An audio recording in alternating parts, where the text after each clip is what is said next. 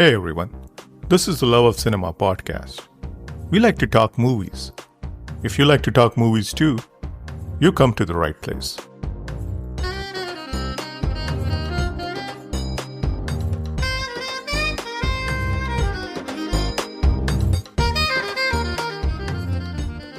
They are searching for his friends and they are shouting his name. He's not replying. Suddenly, this song plays by accident on the stereo. And Himesh Reshammiya is singing in the song and the wolf replies. Okay. And everyone started laughing, and we had this weird idea that we'll do it, we'll keep it in the film. Okay. And I mean, it's one of my favorite scenes.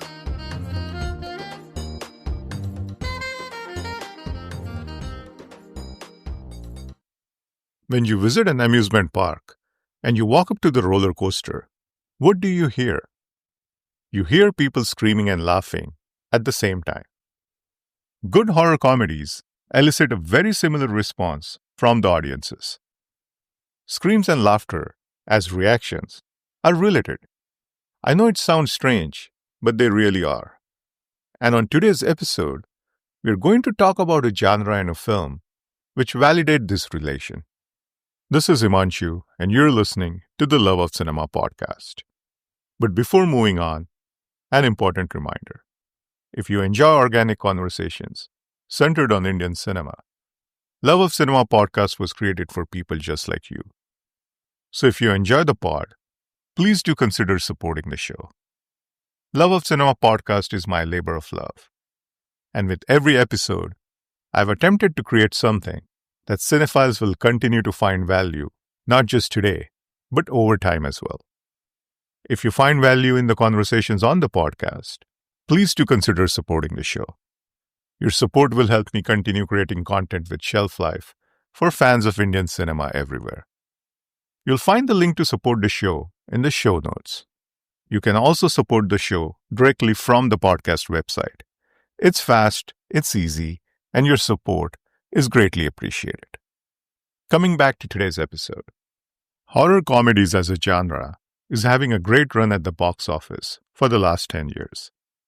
The Maddock Horror Comedy Universe films have been at the forefront of this run.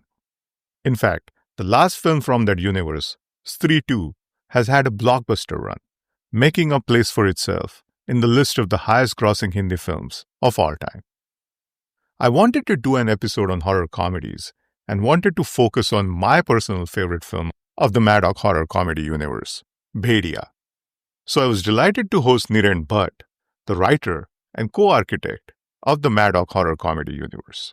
Besides Bhediya, Niren has also written Stree 2 and co-written Munja. He's a prolific screenwriter, and some of his other work includes the hit TV comedy Tarak Mehta Ka Ulta Chashma and the critically acclaimed, multiple national award-winning Gujarati thriller Wrong Side Raju, starring Pratik Gandhi. He has also written the eagerly anticipated upcoming epic Maha Avatar and the vampire horror comedy Thama. On this episode, Niren and I chatted about writing horror comedies, balancing social commentary with entertainment, his takeaways as a writer from working on a VFX-heavy film, as we dissected several scenes and moments from Bhediya. And of course, we touched on Jana's Kaat liya re Daiya line, and the most outrageously hilarious scene from Bhediya, the scene where Himesh's Oh Huzur starts playing in the car. Horror comedies and all things Bhediya with Niren Bhatt. Here goes. Hey Niren, how are you doing? I'm doing great. How are you? I'm doing very well. Thank you so much for coming on the podcast. The horror comedies of Maddock are some of my favorite films, especially Bhediya, which I loved. And there's so much to talk about that film, and we're going to talk a lot more about that film. But before we do that, I just, wanted to start out by talking about just horror comedies in general. And, writing for horror comedies. You have been an integral part of the Maddock horror universe. I wanted to start by talking a bit about combining the art of screams and laughter. Screaming and laughing may seem like opposite ends of a emotional spectrum, Mhm. but that's not quite the case. Like screams and laughter are somewhat connected because I see both of those reactions as they're reactionary mechanisms for releasing tension or reacting to surprise. And see, both of them are community, experiences. Okay, so I mean, thriller films or say intense drama films, you can watch alone. Okay, but if you watch horror in a packed theater and if you watch a comedy in a packed theater, okay, it gives you a different experience because people are reacting with you. So I mean, that's where both genres have a link that joins them. What do you think makes them so compelling? Is that because you are combining like horror and humor, like we said, like laughter and screams together? Like, what makes it such a compelling proposition See, for the audience? it makes a. See, I would first like to tell you. I mean, if you look at conventional horror, okay, over a period of time, I mean, the history of horror. Okay, horror films were always considered like no B grade or C grade cinema. Right. Okay, it was not taken very seriously, and mostly it was used for sleaze, and it was A rated because see it was Grindhouse kind of always stuff. A rated. So if it is already A rated, why not give them more A rated stuff with that? That was the thinking, behind the conventional horror films. So there was sleaze, and there were like skimpily clothed ladies getting scared and screaming and ghosts chasing them and monster chasing them, and that's how it all started. But I mean slowly, even then, I mean there were people who innovated and did some tremendous things with that, because you see the oldest horror that we have, okay, in our literature also, or in western literature also. Okay, it's very compelling. Okay, so I mean, if you see Draculas of the world and Frankensteins of the world, they're more than like 100 years old. So I mean, people were doing it smartly, and uh, uh, uh, tying it up with some other human themes, and it was not just scare fests or sleaze. So they used to be that kind of a genre, but see what we are doing, okay, is a completely different genre. Okay, even in say West, if you see films like which are categorized, okay, as horror comedies, say Zombieland and Hot Fuzz and films like that. So I mean, even those films are different than our films because I mean they are not like serious horror films which will scare you. They are more of comedies. That's the kind of experience they will give you. Okay, but what we are trying to do is we are trying to give them genuine scares and genuine laughters. Okay, so it's a completely different genre that is like that has somehow evolved in India, and the predominant reason behind this evolution is if you look at it closely, it's a community experience. Okay, when you combine these two, I mean two genres, okay, the kind of reaction you get from people who are sitting in the auditorium watching it, okay, is tremendous. Okay, and it makes for great cinema. Okay, I mean it lends itself to great cinema, and of course it lends itself to good box office too, as Three 2 has already proved, and there are other franchise films that have already proved it. So yeah, I mean, I think that's the philosophy behind it. But as I see it, okay, I see them predominantly as comedy films, because if you say horror, okay, as a genre, standalone genre, okay, it's supposed to disturb you. Okay, it's supposed to, like, if you see films like Hereditary and say Omen or Exorcist and Rosemary's Baby and Shivering and stuff like that. I mean, Shining, a greatest horror films, a film of all time. So if you see all those films, no, they sort of haunt you. They disturb you mentally. Okay, and the biggest horror, the most heretic of late. Okay, the greatest of horror films. Have this capacity of like, moving you from inside and disturbing you. But our films are predominantly aimed at family audiences, and we also want kids to watch it, and we want it to be a wholesome experience. So while writing it, I try to maintain that balance. I don't, like, treat it as a horror film. I treat it predominantly as a comedy film, and I try to weave in some horror along with it, which is not mentally disturbing or emotionally disturbing for viewers, but it will give you a few jump scares, and it will give you that eerie feeling, and you would sort of enjoy it. Okay, you'll not get disturbed by it. So, I mean, that's how I go about it. Now, it's interesting, Niren, that you said that the community experience, the theater experience, is a big piece of it.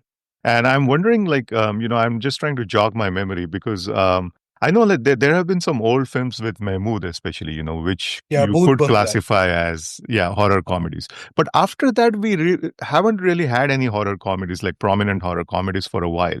And then now, suddenly, with Stree and, some other films, there seems to be this trend picking up. Why do you think there was this huge, gap in between? Like, because the theater experience was still there, the community No, experience because was see, still there. horror, that's because of the classification of horror as genre. Okay, like, Bhoot Bangla did it successfully, but Bangla still was, like, a middle of the road film. It was not a mainstream film even at that time, because it had like some Mahmood and R.D. Burman. Okay, it didn't have say Devanand or Dilip Kumar or Raj Kapoor or some of the bigger stars. So that was kind of an experiment which came and went. Okay, but apart from that, the horror carried that kind of a taboo that it's not for family audiences. Okay, so I mean, that's why not many people tried it over a period of. I mean, there are some experiments here and there, but nothing major in mainstream. Okay, but I mean, it all changed with the Malayalam film that came out. I mean, the Chandramukhi. I forgot the real name in Malayalam. Which was remade into Hindi as Bhool Bhulaiya. Okay, and then the whole trend again started because they sort of merged it successfully. Then again there was a lull for a very long time. Then Stree One came, and then again it recreated the enthusiasm for the genre. And then of late, though, we have seen many. So I mean, this is how the whole trend has been. That's part of the evolution, I guess. Yeah. Yeah. And Niren, so let me ask you this. Now, this horror comedy is a genre, right? So essentially, when you're writing a horror comedy, it's essentially writing in that particular genre. In your experience, now that you have written quite a few of those, what are some of the things that a writer taking on that genre should be focused on? Like, what are some of the rules and conventions or tricks of the trade that you follow when you are working on horror comedies?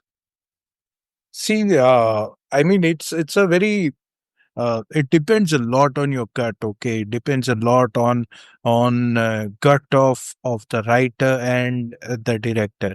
Okay, because ultimately it's how we see it. Okay, how the script is written and how the director interprets it. Okay, so if there is dissonance over there, then there are great chances of the thing misfiring. Of late I see many horror comedies misfiring, and I can spot the things which I think made them not very popular. Okay, so I mean, uh, that thing, what works for us is the coordination that I have, mainly with Amar Kaushik, and of late with Aditya Sarpotdar, with Munja, and currently Thama we have just finished. Okay, so we work hand in hand, we keep on bouncing ideas to each other, and you know we make sure it's a tightrope. Okay, it's a tightrope juggling both the genres together. Okay, so we make sure that we are not like uh, falling on one side. Okay, we are not falling just on comedy or just on horror. And other thing, that rule of thumb that I follow is that don't mix the two. Okay, when you are making something scary, don't make it laughable. Okay, otherwise people won't get scared with it. Okay, and if you are making people laugh with someone, don't Right. try to make it scary. Otherwise, people won't laugh on it. So, but again, like I said, because see, the classical comedy theory, where you have the banana peel example. Okay, that someone is slipping on a banana peel, and someone else is laughing. Extracting humor out of horror is that only. Character like Jana is scared and people are laughing. Okay, so but you need to make sure that you juggle the situations well, and you juggle the genres well. Even though the situation is eerie, and you want a jump scare here and there, you understand that the scene predominantly is about making people laugh through your characters, and when you are scaring them, you understand what's the requirement of the scene. It takes a lot of practice. It takes a lot of rewriting, and going back to the drawing board and again doing it again and again and again. And I think after 13, 14 drafts we sort of achieve it. And Niren, I know you come from a background where you of course wrote Tarak Mehta Ka Ulta Chashma, and so you have that comedy background of yours. Was that a boon, or was that a drawback when you were suddenly plunged into this world of horror comedies? Like, did that, because I'm guessing like every writer can write any genre, but you hone a certain this armor of skills when you are very good at one particular genre. So was that a boon for you? Your comedic, See, my portfolio has been very versatile. Okay, Sure. I love to write in different genres, and I have always written in different genres. So while I was writing, say, Tarak Mehta Ka Ulta Chashma, I was writing Wrong Side Raju, which is a national award-winning thriller. It's based on a hit and run story of Gujarat, and starring Pratik Gandhi. It's a great film. Okay, so I was writing other films. Okay, so I wrote a lot of songs for Gujarati and many films in Gujarati. I've written a film called Bayar, which launched Pratik and Divyang. Okay, and it was a blockbuster hit. It was a story of two friends and art, and painting by M.F. Hussain, set in the world of art. Uh, of course, the hit and until then I wrote a dysfunctional family drama film. I adapted it from Marathi. It was called, you must be knowing it, Ventilator. Okay, so I have always been doing. Then I wrote Asur season 1, which is a dark serial killer Yeah. show. I wrote Inside Age, which is a sports drama. I adapted stories of Satyajit Ray into films for Netflix for a series called Ray. Okay, so I have dabbled in many various genres. So it was not a challenge or an obstruction for me that I've written Tarak Mehta, and I've written across formats also. So I come Right. from theater. I started writing plays, and I've written many plays. And then I came to television, and I wrote shows like Tarak Mehta, and there are other shows that I wrote. I wrote crime shows. So television was a medium. Then I came to OTT, where I wrote Asur and Inside Age, and I'm currently also writing some OTT stuff. So OTT, and then obviously Gujarati films. So regional films have a different language, and it has a different requirement altogether. And mainstream Hindi films. Okay, so I mean, I've written across formats, I've written across genres, so I don't see it, varying too much or becoming a challenge. I mean, if you stay true to your story and the conflict of the story and the truth of your characters and the soul of the story, so I mean, it would become easier for you to write in various genres. Got it. Let's segue to Bhediya now. Today we are going to be focusing on that film. And I find this film very fascinating because I think it's one of those Maddock horror comedy films that is really big on commentary. So, we'll talk about all the social commentary of the film. But before that, how did you get attached to Bhediya? Was this an idea that you got to Amar, or was Amar who approached you with this particular story? No, so I mean, we had a great success in Bala. Okay, I wrote Bala, and after Bala, we were thinking what we should do, and I had this idea of a werewolf film.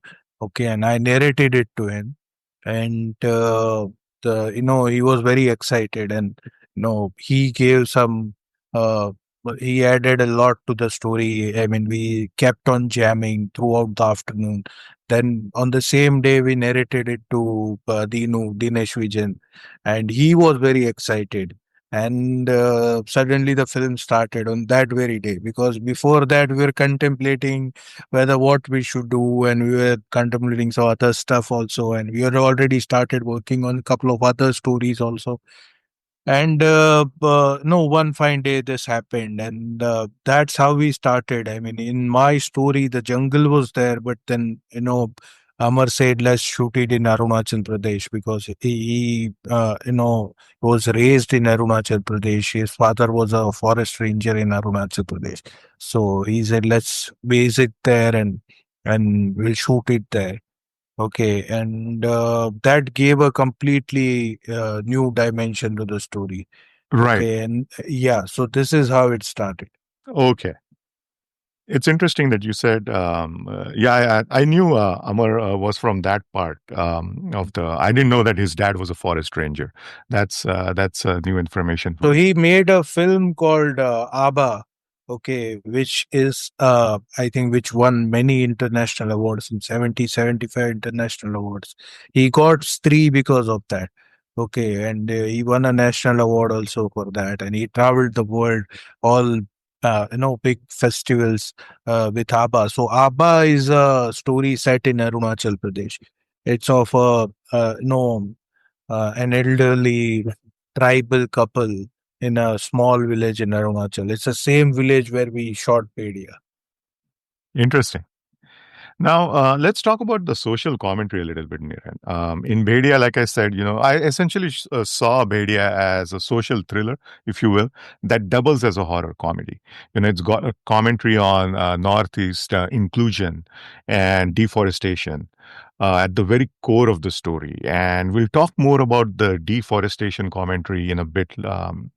But before we go there, I really wanted to touch on the Northeast inclusion commentary first. Mm. There are a couple of lines in the film, which I have written down here, which I think really get to the heart of Northeast inclusion and general awareness about the Northeast among rest of the India.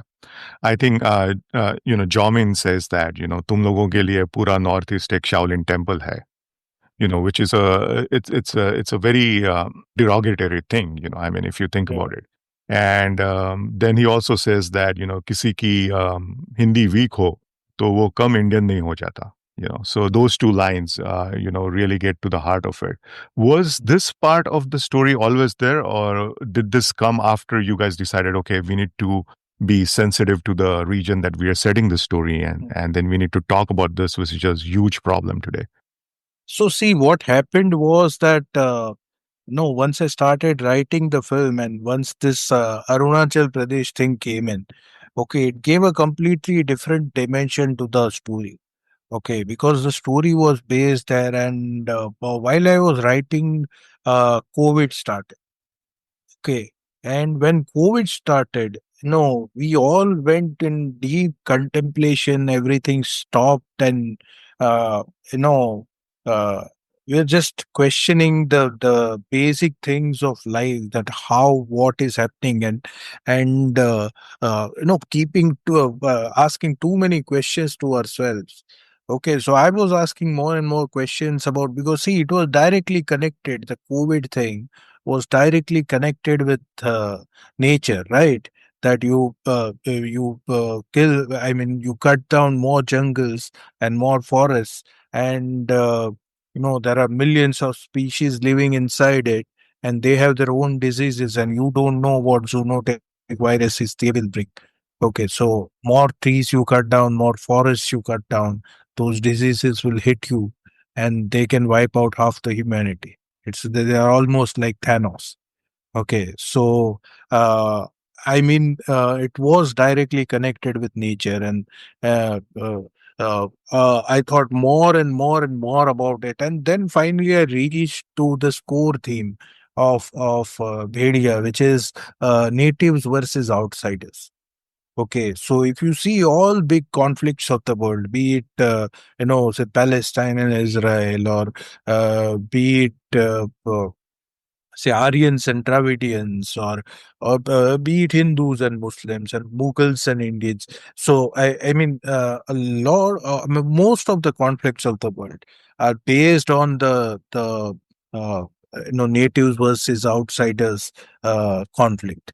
Okay, and if you look at it broadly, in a forest, okay, a human being is an outsider and natives are animals.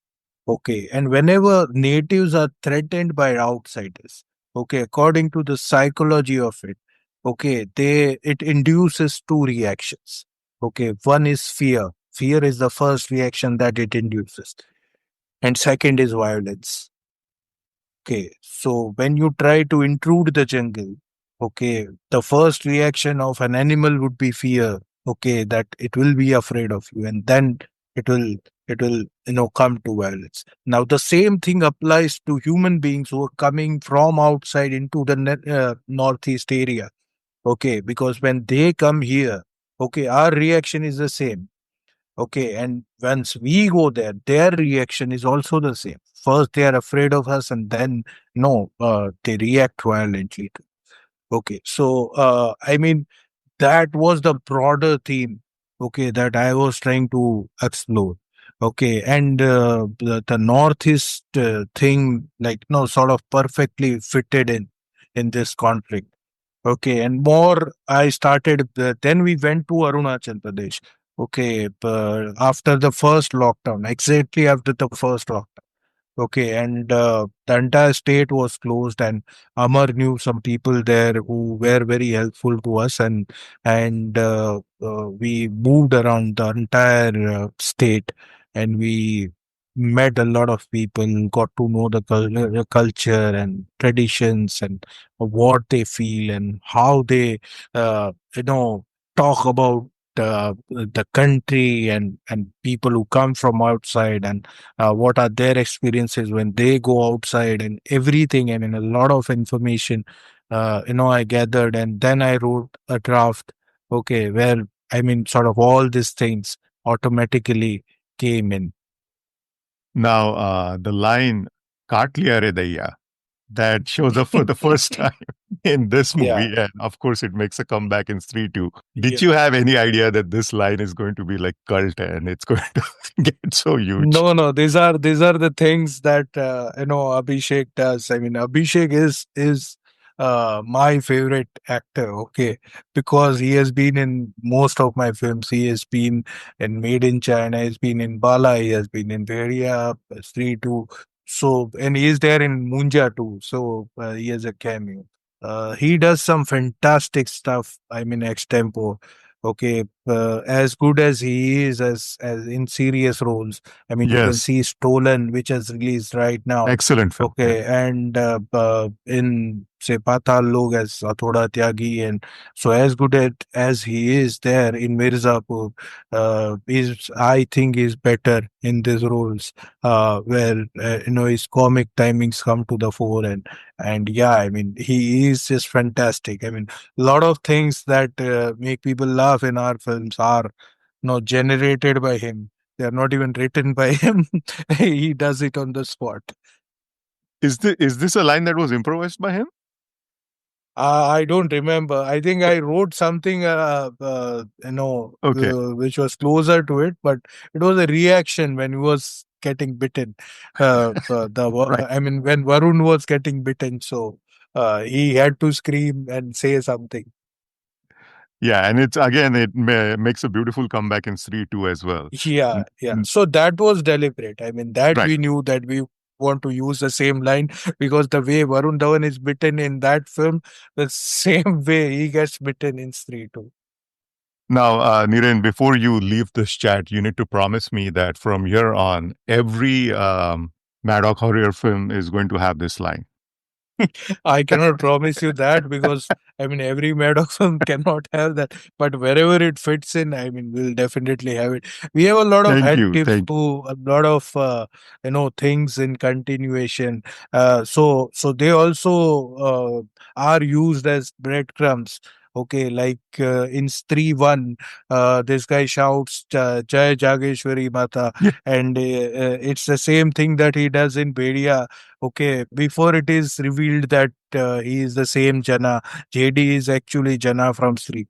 Okay, so I mean, a lot of things like that are like spread, and some of them are even uh, you know suggested by actors because they have been there in Sri One. Okay, and they know the character inside out, and they know what they spoke at that time also. So they also come up with such suggestions that can I speak this line here? I spoke it there also. So yeah, it's a lot of fun. And then another thing that I really like about Bhediya is the transformation of Bhaskar, because I think it's a nice mix of the subtle and the blunt. Because there is this also parallel between Bhaskar's personal transformation and his character arc in the film. And at the same time, there is hilarious stuff going on that, when he first transforms, his tail literally rips out of his shorts, right where it's written fart on his shorts. you know so I thought it's a nice mix of the blunt and the subtle. But can you talk about the whole the approach towards writing Bhaskar's transformation, where you want to be, again, the laughs have to be there, the slapstick has to be there, but there is also this deeper parallel between his character arc and how he's now more relating to the forest and the people there. Yeah, see, I mean, the idea where, the person who himself is the villain, okay, in his story, okay, if you see from Bhaskar's point of view, okay, he's the hero, okay, and when he converts into a Bhediya, he's the villain, okay, but then eventually he realizes there is a line also in the film where he says that, जिसको मैं hero समझता था वो तो villain निकला कि मैं villain हूँ एंड रियल हीरो तो भेड़िया है. Okay, so that thing was always there, but when we tried to approach it, no, we started thinking about it. We thought about a lot of things. There were a lot of things in script also, which later on got removed. That you see all werewolf. I saw all werewolf films, and I read most of the novels. Okay, and there are some unanswered questions that when they converted to wolves, where do the clothes go? Okay, so Right. so I decided that let's let him keep the boxers on. Okay, and the tail will come out of it. Okay, so and then Amar came up with the idea that the boxers will have Bumfart written on it on both side and tail will come out from between it. I mean, a lot of stuff like that we thought of, like, if you have say, specs, okay, glasses as human beings, will the werewolf has have the same problem. Okay, if you drink too much alcohol, okay, as human being, and then convert into a werewolf, okay, will the werewolf be drunk?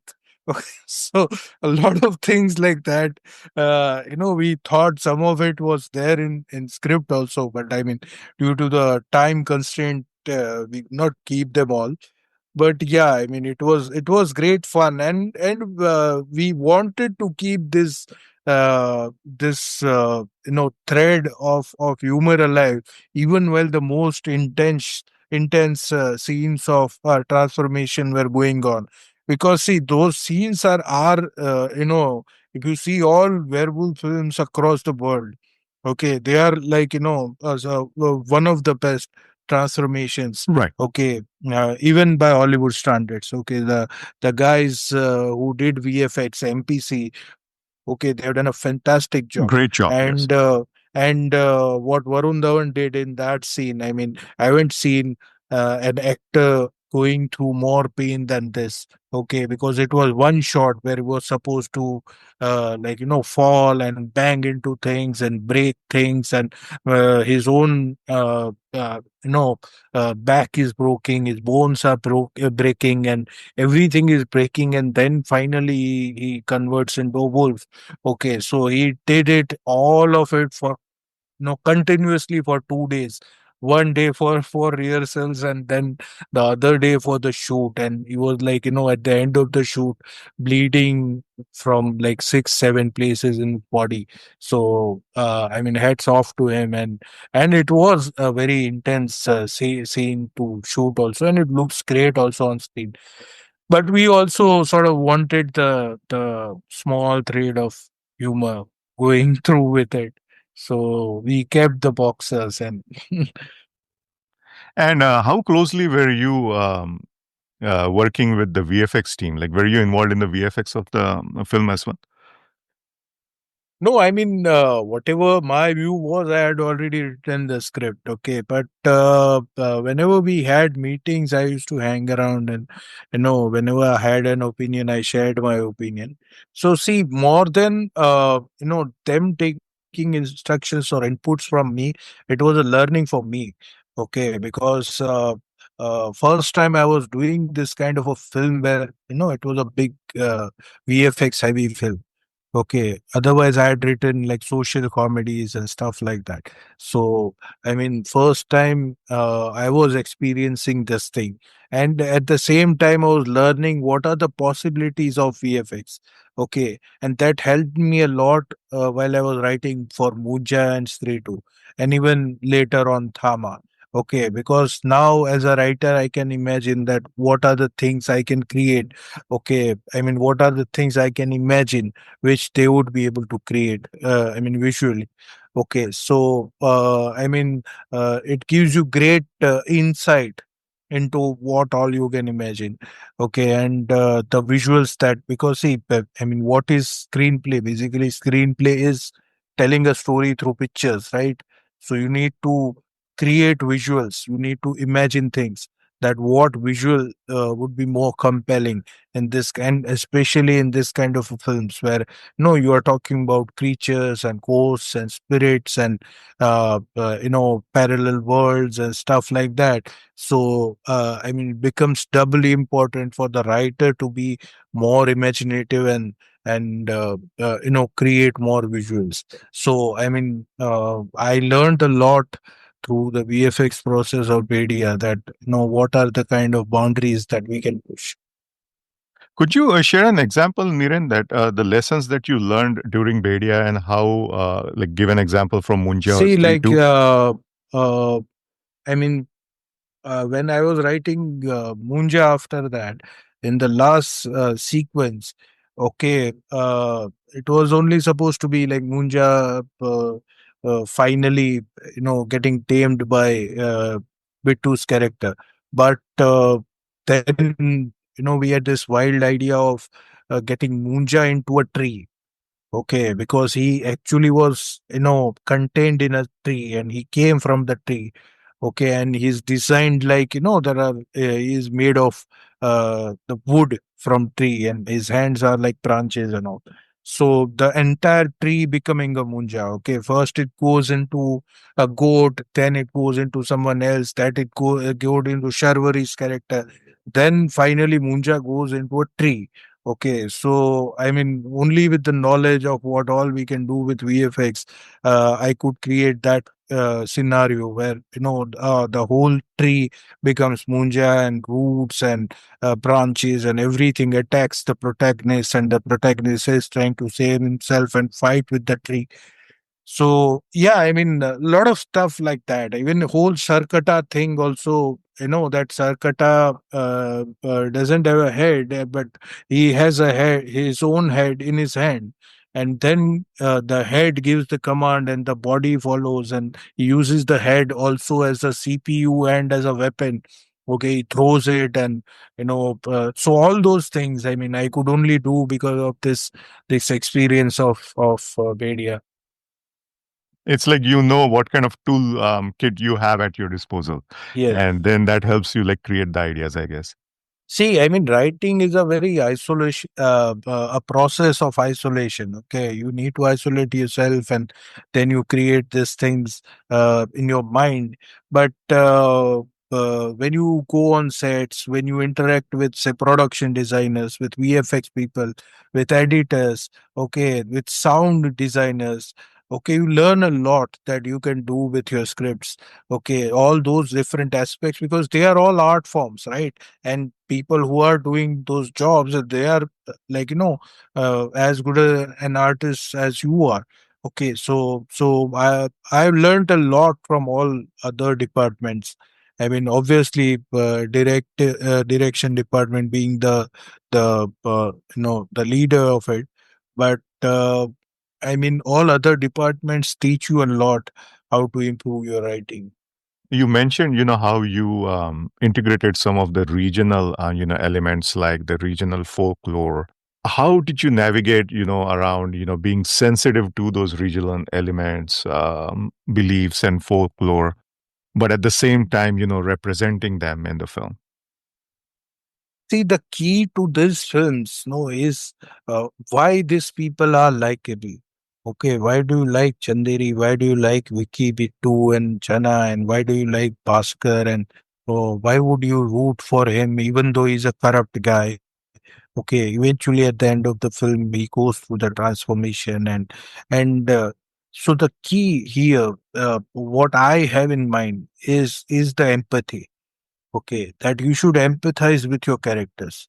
Okay, I mean, even though if a character is evil, okay, you need to empathize with that character. So I'll give you an example that's not from the universe, but say, I wrote a film called Bala, right? Where you have Ayushman Khurrana, who is losing his hair, and he gets married to Yami Gautam's character, who's called Pari. Okay, and she's a very a person who's obsessed with her beauty. Okay, so she could very easily, and she divorces him because he's bald. She figures out later on that no, he's wearing a wig or a patch on his head, so she divorces him. So she would easily come across as a vamp. Okay, a bad character. I mean, an evil character. So uh, I was trying to empathize with her, that why is she like that. Okay, and then there was a whole monologue. Okay, where he asks, this guy's Ayushman's character, that if everything in my life that I have is because of my looks. Okay, I got attention in school because of my looks. I was the dumbest student. Okay, I became a model because of my looks. Okay, I got some money because of my looks. People around me in Lucknow started knowing me because of my look. I get likes on Instagram because of my looks. Okay, and I mean, out of 500 comments that I receive, 99% comments, like, no, 440 comments are like looking good. Okay, so where am I wrong if I am expecting my life partner to look good? You can call it a shallow criteria. तो the exact words are कि कितना भी चूतिया तुम्हारे लिए criteria क्यों ना हो, मेरे लिए तो लाइफ में यही है ना, अच्छा दिखना. Okay. So, I mean, that is the key. You need to empathize with your characters. Okay. And once you start empathizing with them, obviously the empathy for the region, empathy for those cultures will automatically seep into, your narrative. So, I mean, that's the key. I want to know everything about the Oh Huzur scene, the Himesh scene. So take it away, Niren. Tell us everything Yeah, about so that. I mean, this is where it started from. Okay, some scenes that I narrated in the first day, I told you about that day. Okay, and this was one of the scenes that they are searching for his friends and they are shouting his name. He's not replying. Suddenly, this song plays by accident on the stereo, and Himesh Reshammiya is singing in the song, and the wolf replies. Okay. And everyone started laughing, and we had this weird idea that yeah, we'll do it, we'll keep it in the film. Okay. And yeah, I mean, it's one of my favorite scenes in the film. And they have done so well. Jomin and JD in the film, they have also acted so well in the film and the scene. Okay, so it's a hilarious scene. I mean, whenever I see this film, I crack up when that scene plays, and a lot of people have told me that that's like that is unparalleled. I mean, they haven't seen anything like that before. So Definitely. again, I mean, it came from that thing that we were trying to think of the ways to redefine the genre. Okay, the werewolf films, they've never had such things. Okay, that they would never answer to a human call.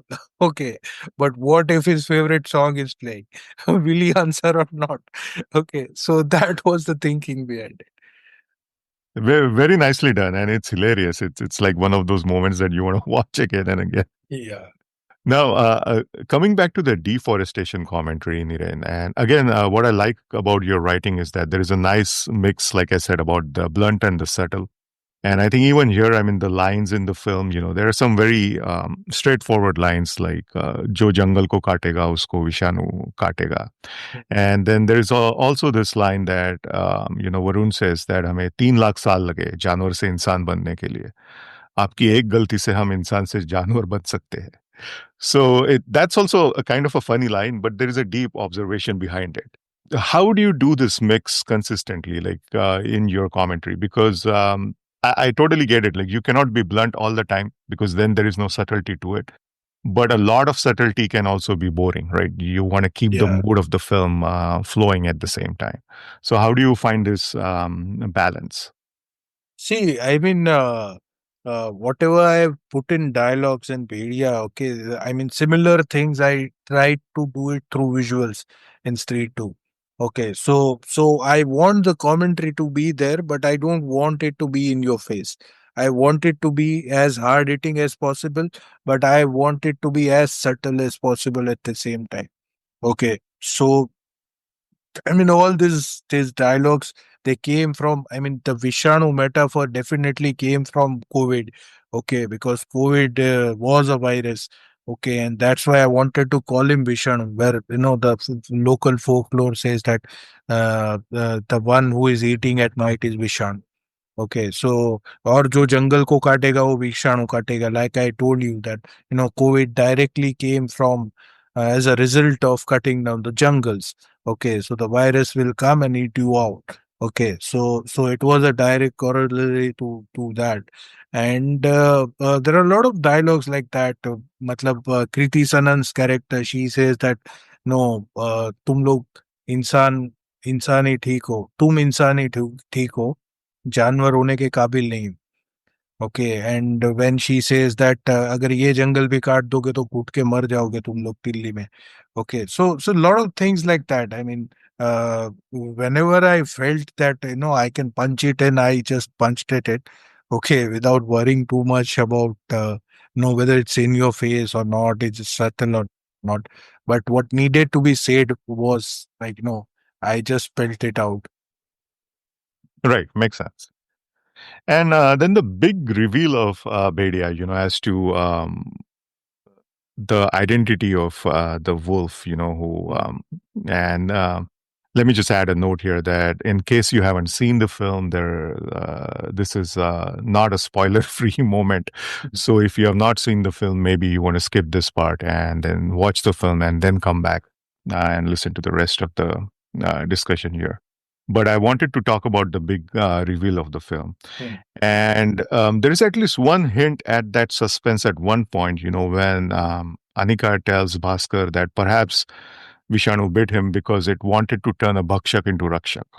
So Yeah. we kind of start getting an idea that, hey, maybe, Hmm. she could be it. How important was it for you to guard that suspense of who the wolf is? Was that a big thing for you as a big reveal, or that wasn't really at the top of the priority list? No, no, that was at the top of the priority list. The problem that I was facing was there were not too many characters that I could play with. Okay, the Right. other characters they did There not are have too much screen time. Okay, to point fingers at that I could use them as decoy. Okay, like a MacGuffin. So I used Deepak Dobriyal's character as a decoy. Okay, where they keep on doubting him, and I tried to exaggerate that doubt a bit more so that I could hide the real Vishanu. Okay, I tried to do it because that was the predominant thing of the film, and the hints were scattered all throughout. All her movements, all her dialogues were designed. Actually, uh, she was specifically told before each scene by Amar that you need to keep in mind who you are, okay, and speak it accordingly, okay. And if someone is rewatching the film, everything should tie up. Okay, and I mean, Kriti played it phenomenally well, but I mean, it was all planned that we'd do it that way and we'd hide it and we'll spread the breadcrumbs across the film because that was the theme of the film. Okay, and that's the whole. I mean, if you see the bigger story, is that how this wolf who is there. I mean, the Vishanu. Okay, and trying to protect the nature eventually finds the successor and turns that guy into a Rakshak, I mean, Pakshak into a Rakshak. And uh, in the end, sort of gives him the baton and dies or say disappears. Okay, so that was obviously the broader story. So we always had this thing in mind that this is of paramount importance to us, that how do we reveal know her character, when do we reveal it, and how do we hide it across the film. So yeah, I mean, we tried our best. I mean, some people still blame us that you know we did not do justice to her character and stuff like that, but we had to hide it. I mean, we could not show what she's doing at her house and stuff like that because that was the mystery. right, right. Is there any other instance in the film where there is like a slight hint as to, in No, it's fact, there in all her scenes. It's okay. there in Well, all her can you give me scenes. an example?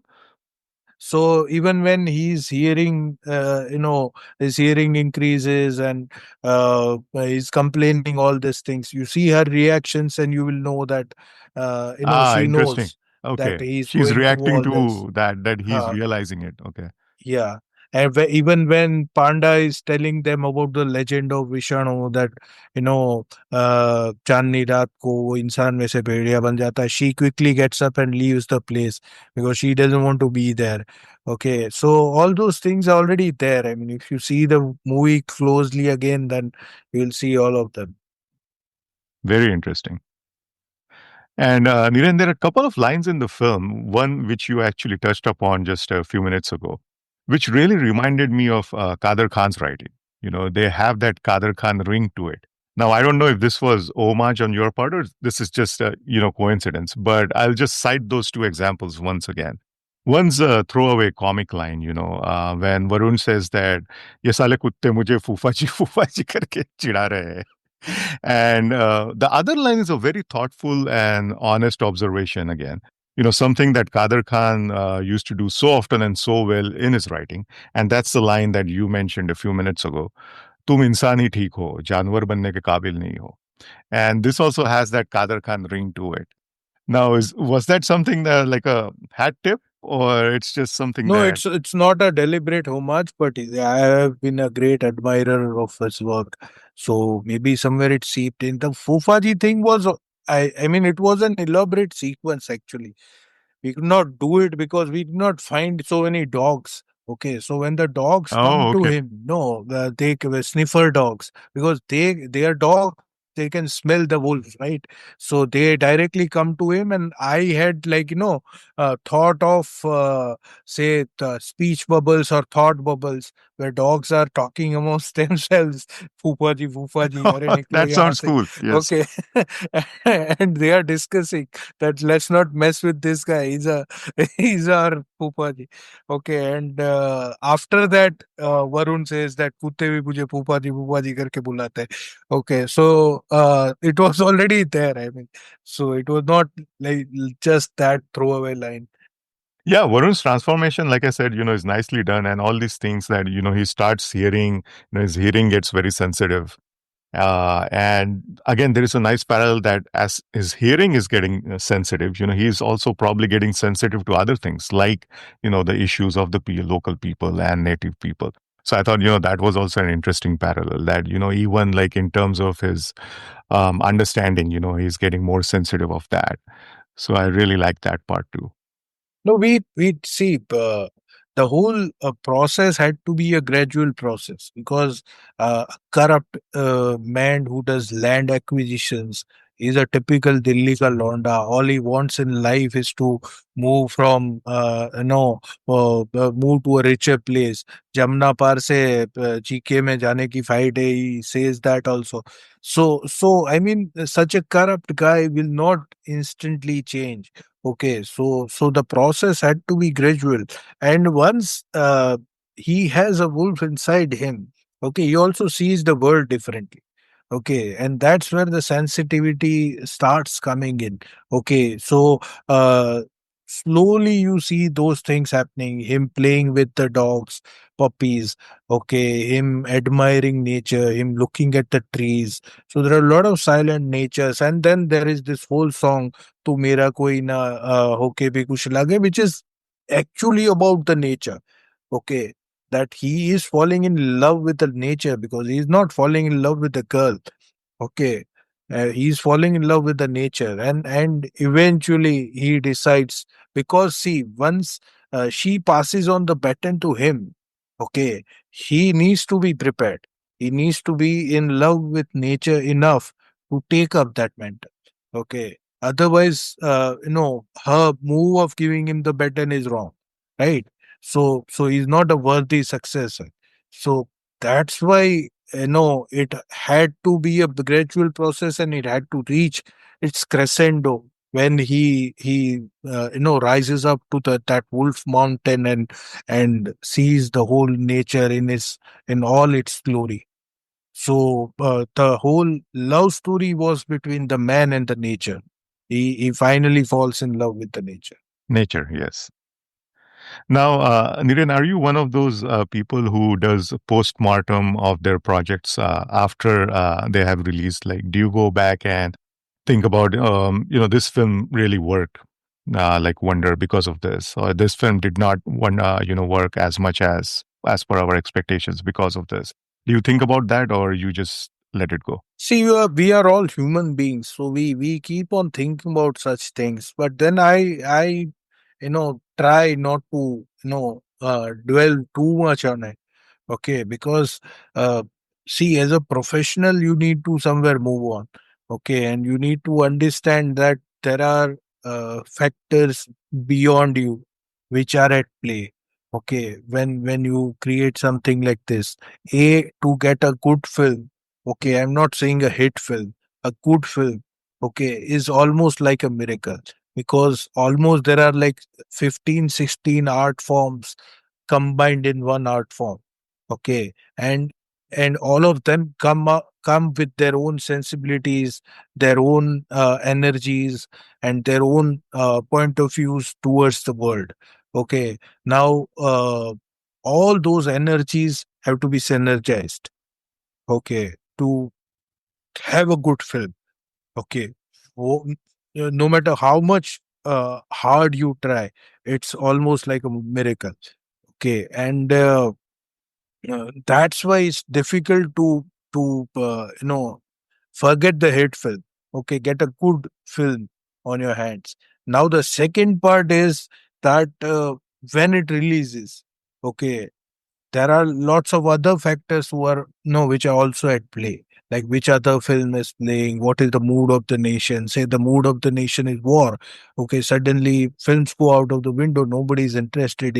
If say mood of the nation is cricket, okay, India has won a world cup or a champions trophy, then again I mean the films are not as important as you would thought no you would think that it would be for them. Okay, and some other film is doing very well. That's why your film doesn't do well. You get less screens. Sometimes people are just not in the mood to spend money. There is crash crunch in the economy.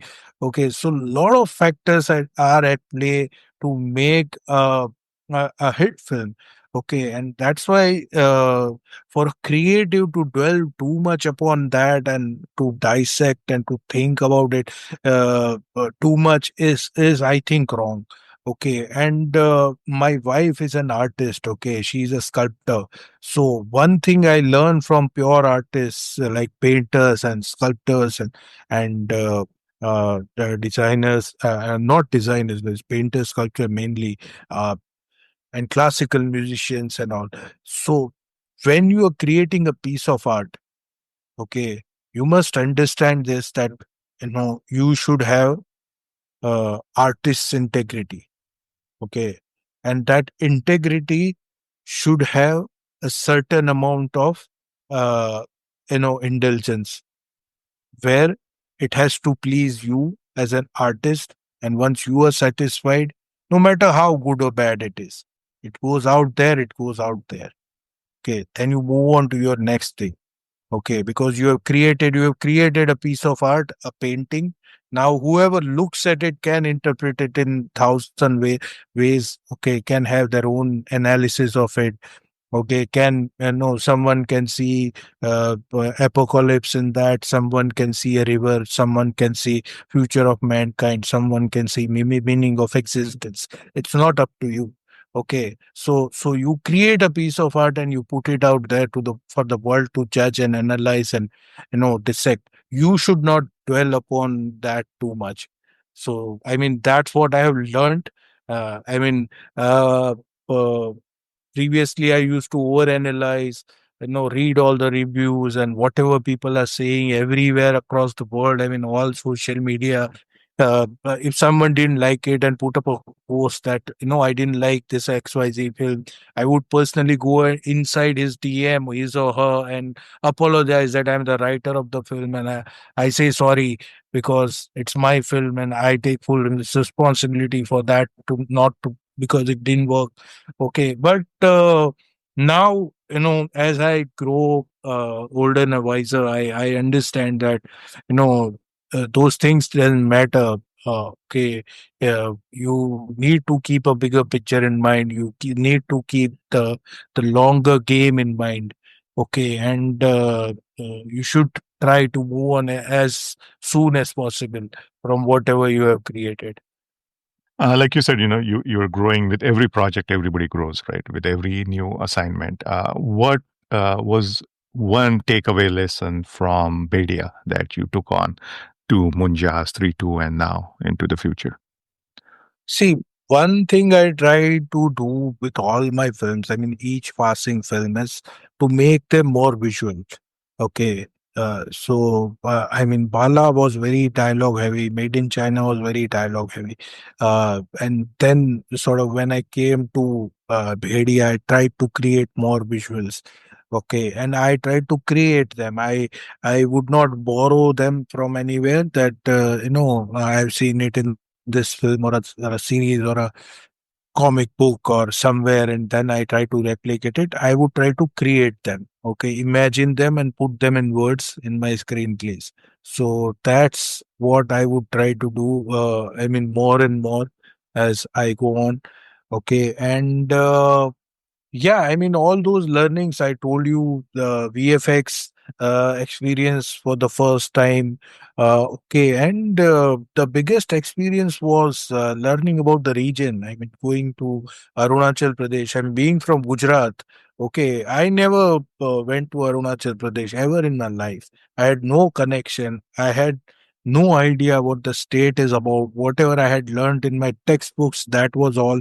Okay, and I got to know the whole region, culture, people, the traditions, their festivals, their philosophy towards life, and uh, the beauty of those subtropical rainforests and bamboo forests and people living inside it. It was fascinating. It was a fascinating journey for me. Okay, even physically and emotionally, because going there when we were shooting, from Mumbai, it was a 4.5 hour flight to Guwahati. From Guwahati, we had to drive up to Itanagar, which was like, some 8-10 hours away, and then from there we had to go to Zero. Okay, and then the second wave started of pandemic, and we were in a small village called Zero in Arunachal Pradesh, where nearest airport was like somewhere around 16 hours away. Okay, so I mean, it was a great experience for all of us. Okay, shooting Bhediya. As a visual storyteller, you're saying, you're getting more into as a, developing as a visual storyteller. Do you do any storyboarding? Like, are you big on storyboarding? Yeah, I mean, we have storyboards for all our films. Right. Okay, but when I'm writing, I don't do storyboarding. I mean, Sure. storyboards are made on After. after the scripts are prepared. Right. But are you involved in that process? Yeah, I sit Oh, with them, and but they have their own vision. I mean, they create their own stuff. Somen is the guy who has done storyboards for most of our films, for okay. Pedia mainly, and he has done a fabulous job. And the way he has created some of the visuals, even I didn't imagine them to be that way. Because you have the final visual in mind, right? That this guy is hanging from a tree and the wolf is jumping, and how he would reach there, how what his other friend is doing, all those visuals, the storyboard artist will create. Okay, and I mean that helps director a lot. Finally, Niren, we're going to play a rapid fire round that I called Shoot, where I'm going to ask you questions and you're going to shoot back the answers, okay, without thinking too Yeah, much. They're very simple questions or options where you choose between two different options. Ready? ready. Favorite fiction book of last 10 years? Last 10 years, nope, I don't have any favorites in last 10 years. Favorite all my fiction favorites are all favorite my fiction book. favorites are before. Okay, sure. Fa- Anyone. Favorite fiction book is Shining. Okay. I love that book and the movie.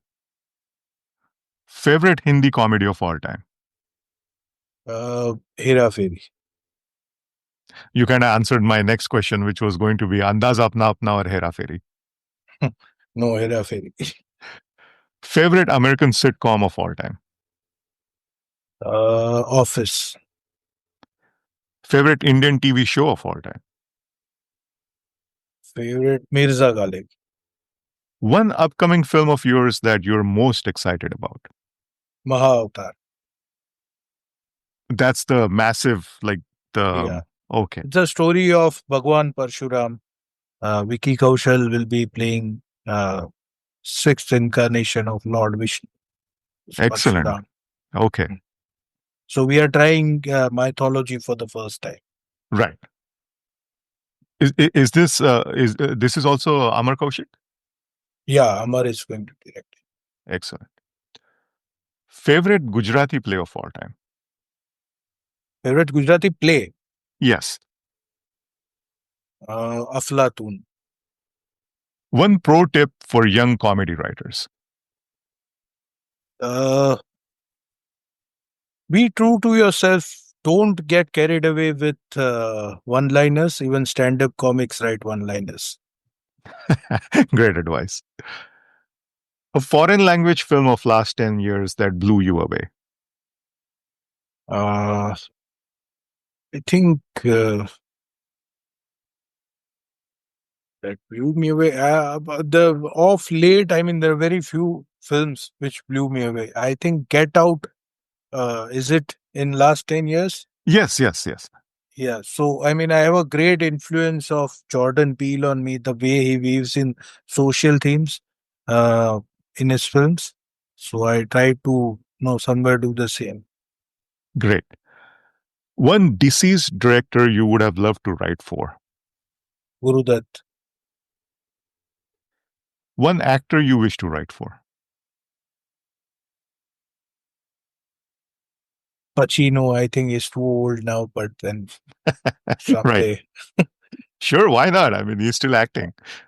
Yeah, Did you read the book, by the way? It's a great book, his yeah, I've read the book. biography. Yeah. Your most underrated film, in your opinion? My most underrated film is uh, the film that I wrote for Ray's anthology. Okay, which is called Hangama Ek Barpa. Okay, so Oh, it's that's the first completely film, right? Manoj Bajpayee one? yeah. But This that's is a not third underrated. film. Everybody loved that. Yeah, but I mean, it's not as famous as I Oh, really? want it Okay. to be. Okay. Okay. I thought everybody loved it on at least the social media. I mean, No, I mean whoever has seen it, they loved it. okay. But You wish more people had seen it. yeah, A screenwriter you really admire. uh, there are a lot of them. Anyone. Bhediya is like for Yeah, me one of absolutely. the all-time greats. Uh, I like Sorkin a lot. Okay. I mean, the one that I tried to follow for a very long time.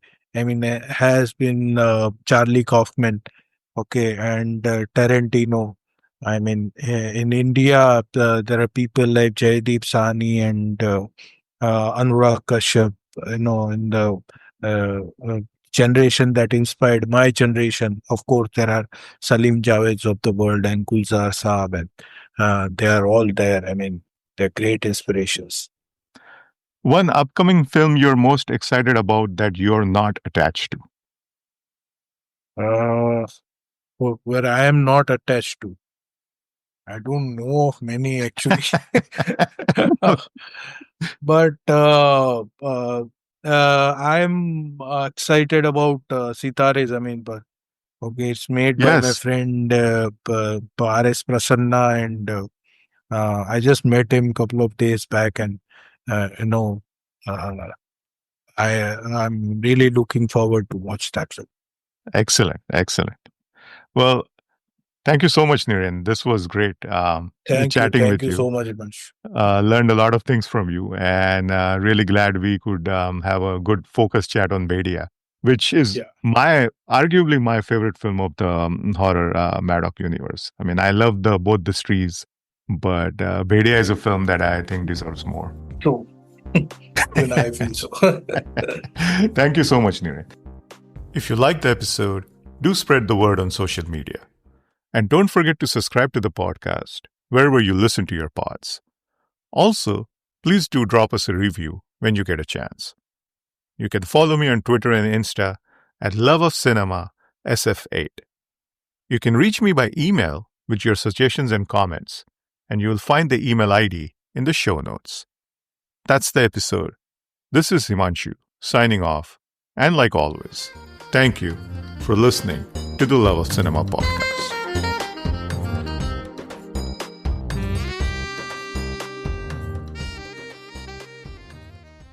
Free audio post-production by alphonic.com.